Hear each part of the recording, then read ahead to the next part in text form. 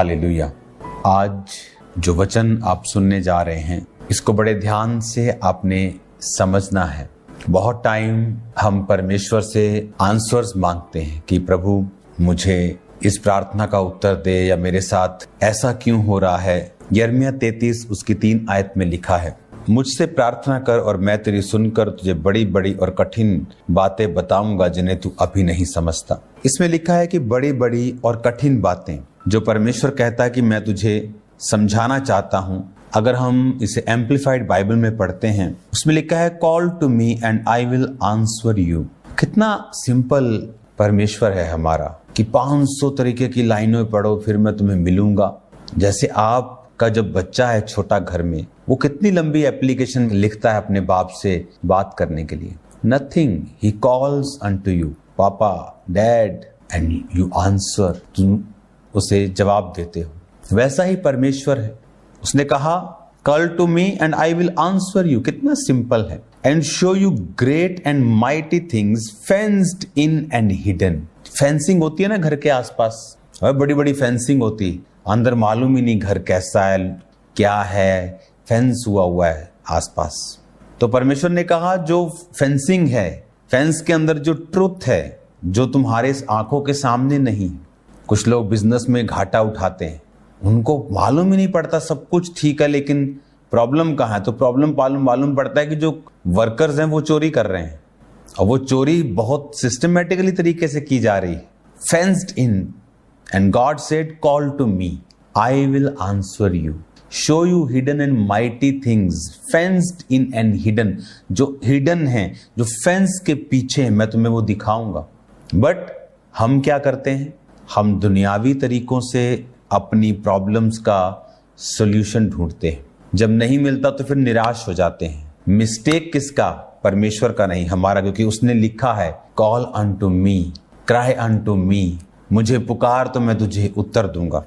आज की कलीसिया की प्रेयर 1 घंटा भी नहीं है। मिरेकल्स उनको 8 घंटे वाले चाहिए।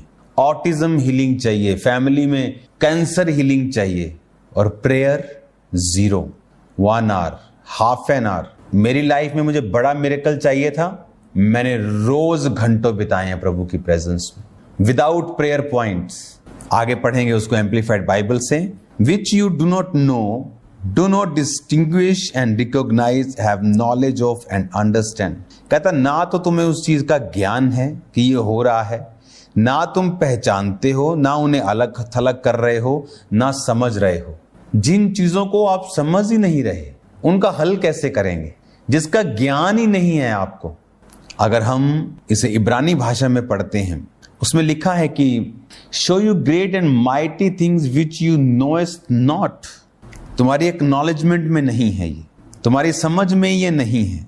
और परमेश्वर ने कहा मैं तुम्हें शो करूंगा। नागाद, नगद, NAGAD बोलने में नागाद इब्रानी भाषा का 5046वां शब्द। He said to manifest, to announce।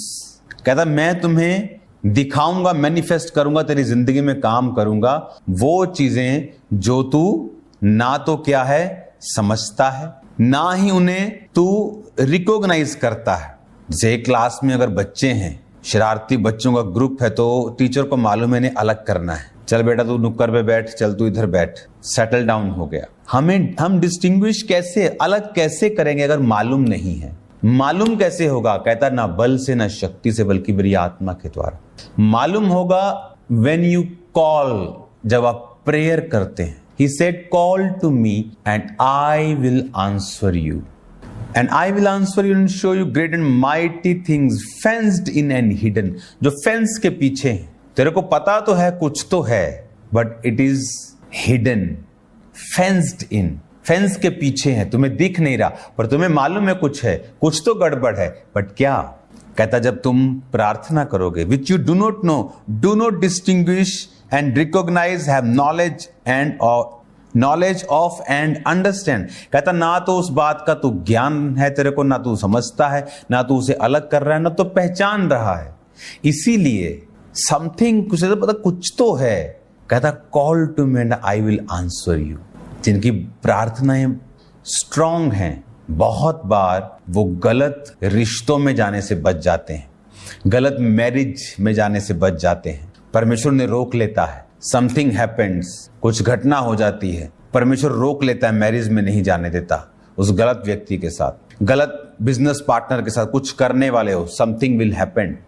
एक बार एक व्यक्ति था, हम अभी बहुत नए थे, तो हमें नहीं मालूम था कि ये व्यक्ति सही नहीं है। वो अपने आप को प्रॉफिट बोलता था और उसने हमें एक दिन कॉल की कि मैं यहाँ पे इंडिया में हूँ, आपको आना है। हमने कहा ठीक है, वी विल कम।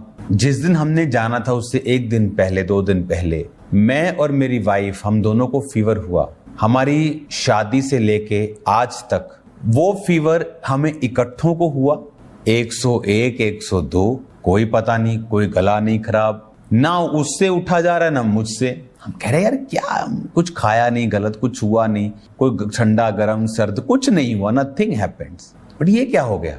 वो आया बंदा इंडिया, हमने कहा, हमने मैसेज किया कि वी आर नॉट वेल, पता नहीं हमें क्या, दोनों को ही हो गया, या मुझे होता है या उसको होता है, लेकिन हमें पता नहीं क्या चक्कर है, बाकी हमारे आसपास सब ठीक है। वो 2 दिन रहा और चला गया। जैसे ही वो गया फीवर खत्म, तब तो हम उसे भूल गए, हमने सोचा जस्ट ए फीवर। पर फ्यूचर में जब हम उस व्यक्ति के बारे में हमें मालूम हुआ कि वो फेक था, करेक्टरलेस था, तो हमें याद आया कि वो the fenced in hidden things which you do not know call to me. क्योंकि हम तो रोज प्रार्थना करने वाले थे, रोज प्रभु से प्रार्थना करते थे। तो कई बार प्रभु ऐसी चीजों से आपको बचाता है। ये नहीं कि हर बार ये प्रभु की ओर हो सकता, कई बार शैतान भी रुकावट डालने की कोशिश करे, लेकिन प्रभु बहुत सारी चीजों के साथ हमें जाहिर करता है कि ये किसकी ओर से था, तो वो परमेश्वर की ओर से था। आज तक हमें ऐसा कभी नहीं हुआ।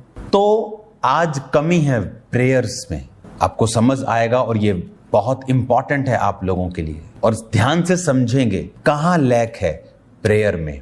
स्ट्रॉन्ग प्रेयर्स हमें चाहिए, strong prayers, then hidden things will come out and you will be surprised, sometimes shocked, sometimes wow कि ये तो कमाल हो गया, परमेश्वर ही कर सकता था। God is with you। इस वचन को कंटिन्यू सुने, ध्यान से समझें, इसे फॉलो करें अगर आप अपनी जिंदगी में बिना कंफ्यूजन के जीना चाहते हैं तो। God bless you all। प्रभु आपके संग है।